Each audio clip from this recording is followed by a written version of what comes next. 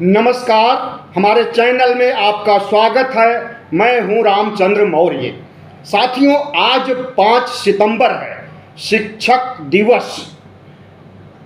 आज के दिन सर्वपल्ली राधाकृष्णन पैदा हुए थे, जो महान समाज सेवी, शिक्षा शास्त्री और इस देश के राष्ट्रपति रहे हैं।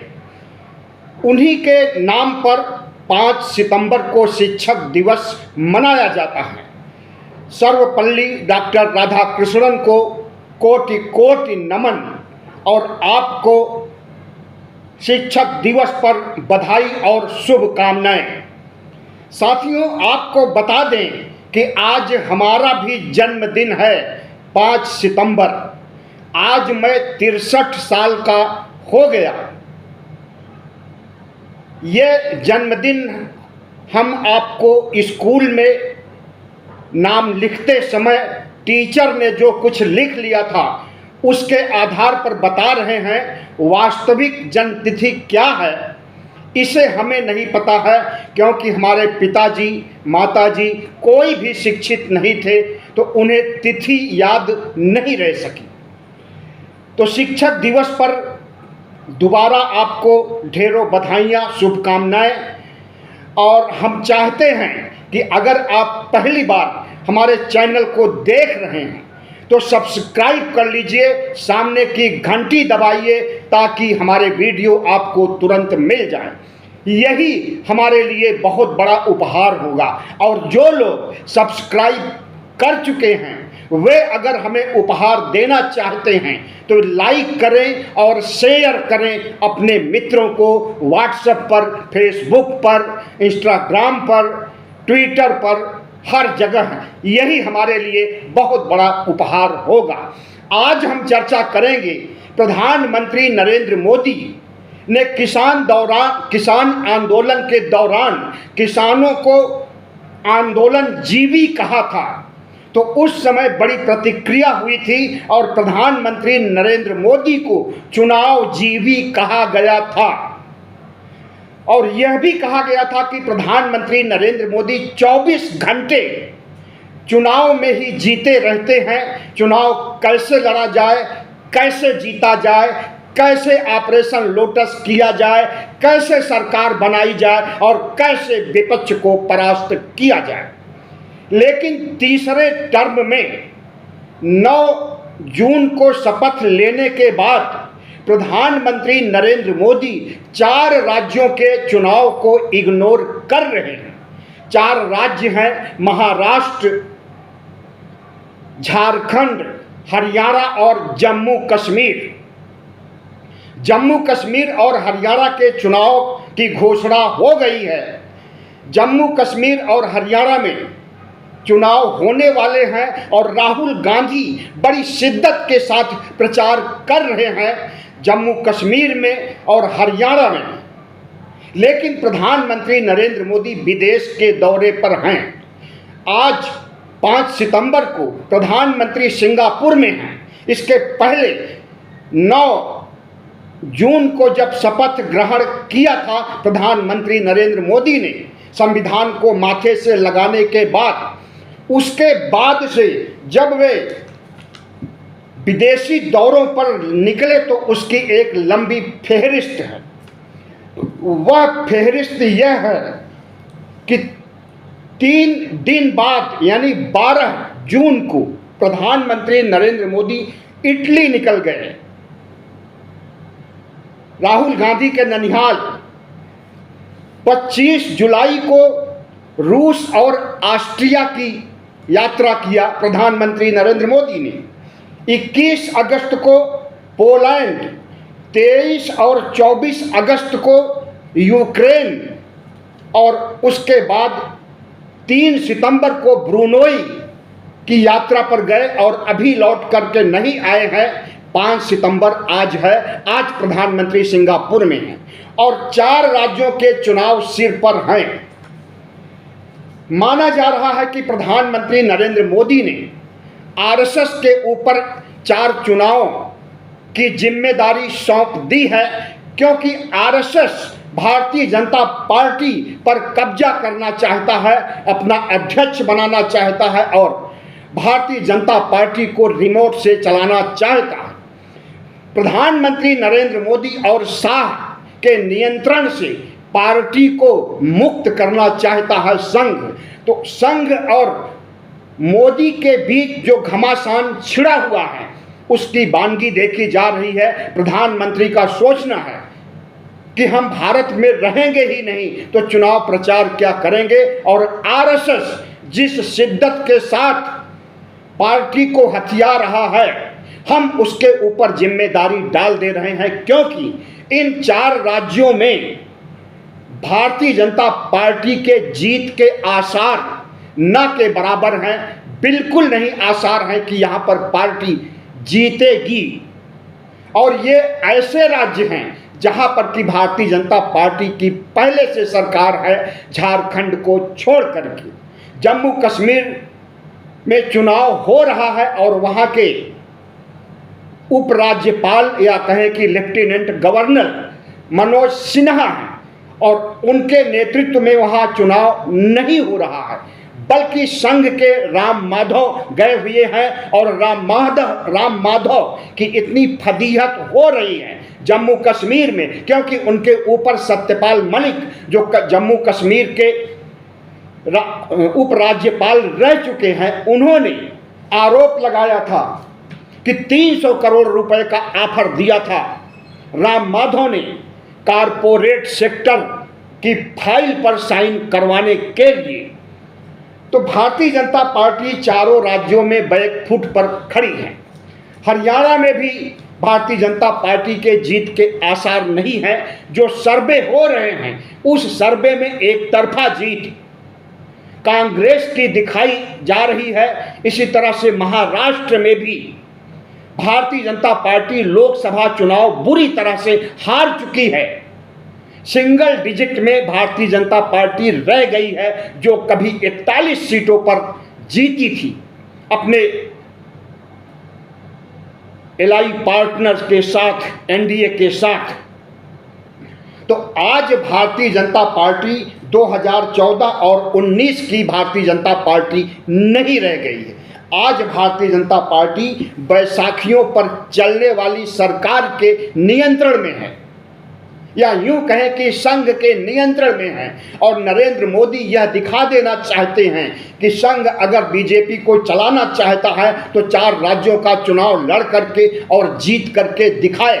नरेंद्र मोदी को पता है कि चारों राज्यों में बुरी तरह से हार होने वाली है, इसीलिए वह प्रचार नहीं कर रहे हैं, प्रचार से बच रहे हैं। और जिस तरह से विदेश जा रहे हैं तो विपक्ष भी सवाल उठा रहा है कि प्रधानमंत्री नरेंद्र मोदी दुनिया के 195 देशों में भ्रमण कर रहे हैं, लेकिन इन 195 देशों में कोई भी ऐसा प्रधानमंत्री या राष्ट्राध्यक्ष नहीं है जो कि मोदी के बराबर विदेश में भ्रमण करता। तो विपक्ष सवाल उठा रहा है कि नरेंद्र मोदी तमाम देशों की यात्रा कर रहे हैं, विश्व गुरु बन करके, स्वतः विश्व गुरु, स्वयंभू विश्व गुरु बन करके विश्व में डंका पीटने का काम कर रहे हैं।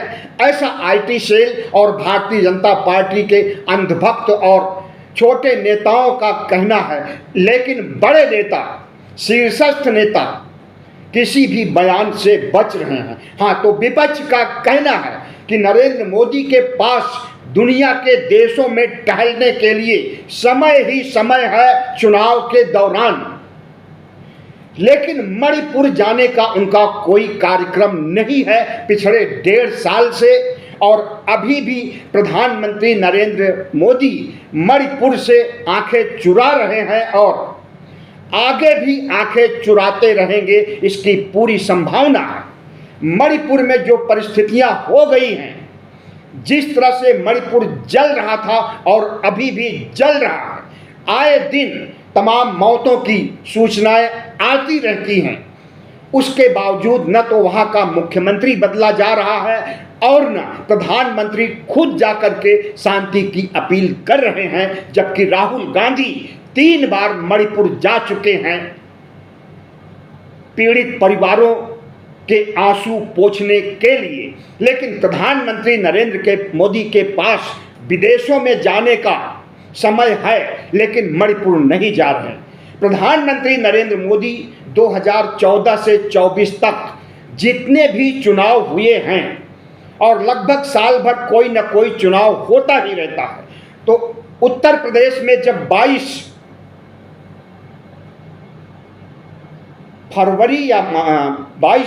फरवरी में जब चुनाव संपन्न हुआ था, मार्च में चुनाव संपन्न हुआ था, तो उसके बाद उसी दिन प्रधानमंत्री गुजरात निकल गए थे चुनाव प्रचार करने के लिए।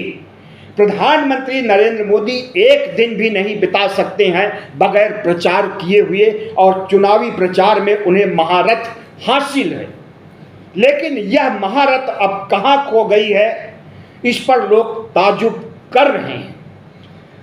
तो प्रधानमंत्री नरेंद्र मोदी एक राज्य के बाद दूसरे राज्य, चाहे भले ही विधानसभा का चुनाव हो, एमसीडी का चुनाव हो, आपने देखा होगा कि हैदराबाद और अहमदाबाद में वह एमसीडी चुनाव प्रचार करने गए हुए थे। तो छोटा और बड़ा चुनाव, हर चुनाव को वह बड़ी संजीदगी से लेते हैं, मुस्तैदी से लेते हैं और उस पर काम करते हैं, प्रचार का। और यही वजह है कि भारतीय जनता पार्टी की एक राज्य के बाद दूसरे राज्यों में जीत होती रही है, और अभी भी भारतीय जनता पार्टी के लगभग 18 राज्य हैं और केंद्र में बैसाखी सरकार है। तो प्रधानमंत्री नरेंद्र मोदी के रवैये में इतना बड़ा परिवर्तन क्यों और कैसे हो गया? चुनाव जीवी प्रधानमंत्री चुनाव को इग्नोर करने वाले कैसे हो गए, इसकी तह में जाना जरूरी है। प्रधानमंत्री नरेंद्र मोदी चाहते हैं कि यह चुनाव अमित शाह और आरएसएस और जितने भी भगवा दल हैं वे सब मिलकर के लड़ें। नरेंद्र मोदी ने लोकसभा में कहा था कुछ समय पहले कि एक अकेला सब पर भारी, लेकिन अब एक अकेला जो चुनाव प्रचार करता था वह भारी नहीं रह गया, बल्कि चुनावी मोर्चे से हट गया। तो ऐसे में पार्टी को जीत मिलेगी, और अगर जीत मिलती है तो उसका सेहरा किसको बांधा जाएगा? पहली बात तो जीत मिलनी ही नहीं है। जो परिस्थितियां प्रधानमंत्री नरेंद्र मोदी अमित शाह ने उत्पन्न कर दी है अपने साम दाम दंड भेद सीबीआई ईडी आईटी के माध्यम से, इसकी वजह से उनकी जिस तरह से जग हसाई हुई है और जिस तरह से सीबीआई ईडी आईटी को लेकर के सुप्रीम कोर्ट तक ने लताड़ लगाई है, तो उसके बाद माना जा रहा है कि सीबीआई ईडी आईटी के तो हौसले जो बुलंद थे वे बुलंद नहीं रह गए हैं। साथ ही प्रधानमंत्री के नरेंद्र मोदी के हौसलों में भी कमी आई है। इसी वजह से वह चुनाव प्रचार में मुस्तैदी नहीं दिखा रहे हैं। प्रधानमंत्री नरेंद्र मोदी लगता है कि हार की जहमत और हार की बदनामी अपने चेहरे पर नहीं लेना चाहते हैं। वह चाहते हैं कि हार तो मिलना ही है, तो इस हार का सेहरा क्यों न आरएसएस के गले में बांधा जाए और उसे 4 राज्यों की जिम्मेदारी दे दी गई है। चुनाव लड़ने, जीतने, टिकट बांटने, बूथ लेवल पर मैनेजमेंट करने, अपने प्रचारकों का इस्तेमाल करके आरएसएस चुनाव जीते, तब उसे पता चलेगा कि राजनीति क्या होती है और चुनाव जीतना गुड्डे गुड़िया का खेल नहीं है। चुनाव हंसी नहीं है, मजाक नहीं है, बल्कि कितनी मुस्तैदी से, कितनी गंभीरता से, कितनी रणनीतियों के तहत लड़ा जाता है, तब जीता जाता है। तो आरएसएस को डाउन करने के लिए प्रधानमंत्री नरेंद्र मोदी की यह फितरत हो सकती है कि चुनाव से उन्होंने हाथ खींच लिया है। 18 करोड़ सदस्य हैं भारतीय जनता पार्टी के, जिनके पास प्राथमिक सदस्यता है, और इस सदस्यता अभियान को बढ़ाने के लिए सदस्यता अभियान चलाया गया है और कम से कम 10 करोड़ और लोगों को जोड़ने की प्रक्रिया के लिए कवायद की जा रही है। भारतीय जनता पार्टी दुनिया की नंबर 1 पार्टी मानी जाती है, नरेंद्र मोदी के शब्दों में, बीजेपी के शब्दों में, और उसे और बड़ा बनाने के लिए प्रयास चल रहा है। लेकिन दूसरी तरफ भारतीय जनता पार्टी का पतन भी हो रहा है और उस पतन के लिए प्रधानमंत्री नरेंद्र मोदी को जिम्मेदार माना जा रहा। जब नरेंद्र मोदी प्रचार ही नहीं करेंगे, प्रचार से हाथ खींच लेंगे, तो जीत कैसे सुनिश्चित होगी?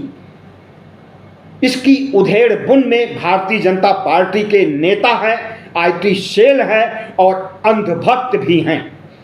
तो भारतीय जनता पार्टी ने गर्व करना बंद कर दिया है और नरेंद्र मोदी को विश्व गुरु कहना भी बंद कर दिया गया है। नरेंद्र मोदी के बारे में कहा जाता था कि दुनिया के देशों में डंका बजा रहे हैं और झंडा गाड़ रहे हैं, लेकिन वह झंडा कहाँ गाड़ रहे हैं और कैसे उनकी पॉपुलैरिटी बढ़ रही है, कितना पॉपुलैरिटी बढ़ रही है या घट रही है, कुछ नहीं पता चल रहा है। लेकिन 2014 से 24 तक जिस तरह से प्रधानमंत्री नरेंद्र मोदी विदेशों की यात्रा करते थे तो वहाँ के एनआरआई इनको आंखों पर बिठाते थे, वैसे कोई वीडियो और फोटो अब नहीं दिखाई दे रहे हैं। विदेशों में एनआरआई इनके भक्त नहीं रह गए हैं और इसके बावजूद अगर नरेंद्र मोदी को विदेश पसंद है और अपने देश में चुनाव प्रचार करने से भी गुरेज कर रहे हैं, तो हमें लग रहा है कि प्रधानमंत्री नरेंद्र मोदी चुनावी राजनीति से हार मान चुके हैं। प्रधानमंत्री नरेंद्र मोदी जो एक अकेला सब पर भारी कहते थे, अब उन्हें राजनीति भारी लगने लगी है और अमित शाह को आगे कर रखा है कि जब हम विदेश में रहें तो प्रधानमंत्री का सारा कामकाज गृह मंत्री अमित शाह संभाले और उन्हें संभालने, राष्ट्र को संभालने, देश को चलाने, सरकार को चलाने का अनुभव दे रहे हैं प्रधानमंत्री नरेंद्र मोदी। तो क्या माना जाए कि प्रधानमंत्री नरेंद्र मोदी 17 सितंबर 2025 या 17 सितंबर 2024 को रिटायरमेंट ले रहे हैं या मार्गदर्शक मंडल में जा रहे हैं या फिर झोला उठा करके गुजरात जाने वाले हैं? क्योंकि प्रधानमंत्री की कार्य संस्कृति ऐसी नहीं रही है पिछले 10 सालों से जैसी कार्य संस्कृति उनकी आजकल है। एनडीए का कुनबा बिखर रहा है। नीतीश कुमार, लालू यादव और तेजस्वी यादव से जुगलबंदी कर रहे हैं। नीतीश कुमार के अलावा चिराग पासवान अलग मोर्चा खोल रखे हैं नरेंद्र मोदी भारतीय जनता पार्टी के खिलाफ। अनुप्रिया पटेल, संजय निषाद, ओम प्रकाश राजभर अलग अलग राग अलाप रहे हैं। नीतीश कुमार के अलावा नायडू से भी प्रधानमंत्री का संपर्क नहीं हो रहा है। नायडू संपर्क करना ही नहीं चाहते हैं और अंदर ही अंदर प्रधानमंत्री नरेंद्र मोदी से खफा लग रहे हैं, क्योंकि उनकी जो मांग थी आंध्र प्रदेश को विशेष राज्य का दर्जा, उस पर नरेंद्र मोदी ने मना कर दिया उन्हें फंड देने से। ऐसे में क्या कहा जा सकता है कि नरेंद्र मोदी जिस तरह से व्यवहार कर रहे हैं अपने पैतृक संगठन या मातृ संगठन आरएसएस से, अपने घटक दल एनडीए के घटक दलों से, विपक्ष से, पार्टी के अंदर तमाम नेताओं से जिस तरह का व्यवहार कर रहे हैं, ऐसा इन्होंने कभी नहीं किया था। और सबसे बड़ी बात, अगर प्रधानमंत्री नरेंद्र मोदी चुनाव प्रचार करेंगे ही नहीं तो कैसे भारतीय जनता पार्टी आगे बढ़ेगी और कैसे भारतीय जनता पार्टी चुनाव जीतेगी। 4 चुनाव जो नज़दीक हैं इनमें तो हार होने ही जा रही है। दिल्ली और बिहार का भी चुनाव अगले साल है और उसके बाद 27 में सबसे बड़े राज्य उत्तर प्रदेश का चुनाव है। प्रधानमंत्री नरेंद्र मोदी इसी तरह से लापरवाही बरतेंगे, इसी तरह से आलस्यपन दिखाएंगे, इसी तरह से चुनाव में निर्लिप्तता दिखाएंगे तो क्या निकट भविष्य में कोई भी चुनाव जीत सकते हैं? हो सकता है कि मध्यावधि चुनाव भी हो जाए 1-2 साल में या कुछ महीनों में, तो क्या प्रधानमंत्री उसमें भी प्रचार नहीं करेंगे? नहीं हुआ मध्यावधि चुनाव तो 2029 के चुनाव में क्या इसी तरह से नीरस बने रहेंगे? यह तो भविष्य बताएगा, लेकिन अभी के देखने से यही लगता है कि प्रधानमंत्री नरेंद्र मोदी लगता है कि थक चुके हैं। 74 साल पूरे करेंगे इसी 17 सितंबर 2024 को और 17 सितंबर 2025 को 75 साल पूरे करेंगे। तो क्या प्रधानमंत्री अपने को थका हुआ मान लिए हैं? क्या प्रधानमंत्री रिटायरमेंट के बारे में सोच रहे हैं या फिर प्रधानमंत्री मार्गदर्शक मंडल में जाने की भूमिका बना रहे हैं? बहुत बहुत धन्यवाद। हमारे चैनल को सब्सक्राइब कीजिएगा, लाइक कीजिएगा और शेयर कीजिएगा।